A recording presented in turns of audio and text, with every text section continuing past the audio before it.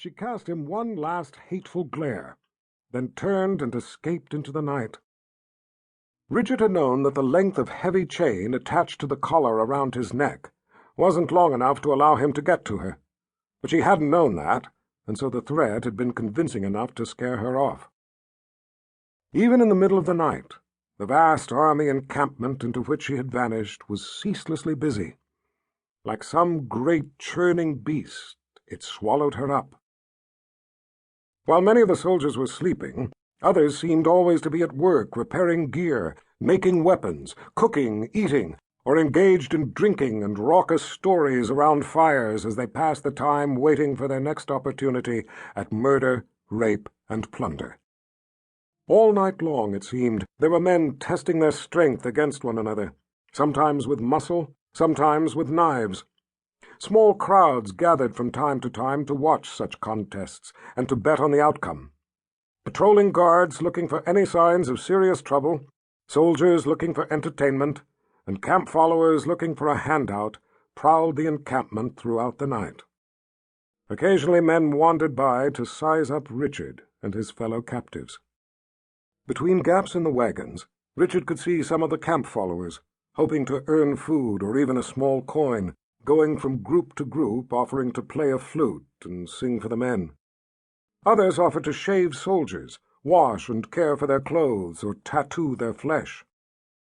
A number of the shadowy figures, after brief negotiations, disappeared into tents with the men. Others wandered the camp looking to steal. And a few of those out in the night were intent on murder. In the center of it all, in a prison island created out of a ring of supply wagons, Richard lay chained with other captive men brought in to play in the Jala de Jinn tournaments.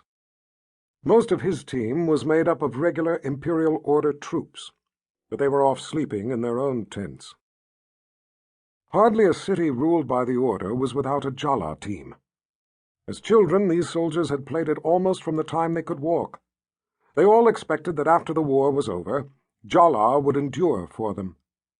To many of the soldiers of the Order, Jala de Jinn, the game of life, was itself a matter of life and death, nearly equal to the cause of the Order.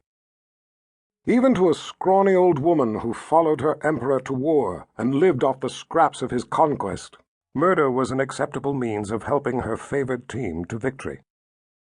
Having a winning Jala team was a source of great pride for an army division, just as it was for any city. Commander Karg, the officer responsible for Richard's team, was also intent on winning. A winning team could bring far more tangible benefits to those directly involved than mere glory. Those who ran the top teams became powerful men. Winning Jala players became heroes rewarded with riches of every sort, including legions of women eager to be with them.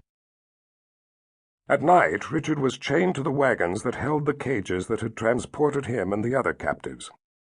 But in the games they had played along the way, he was the point man for their team, trusted to carry Commander Karg's ambitions to glory in the tournaments at Emperor Jagang's main encampment.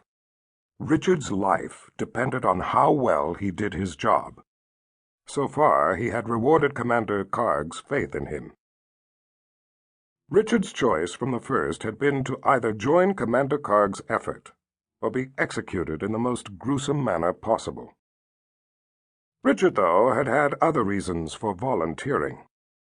Those reasons were far more important to him than anything else.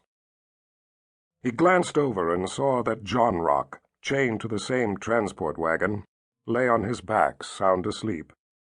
The man, a miller by trade, was built like an oak tree.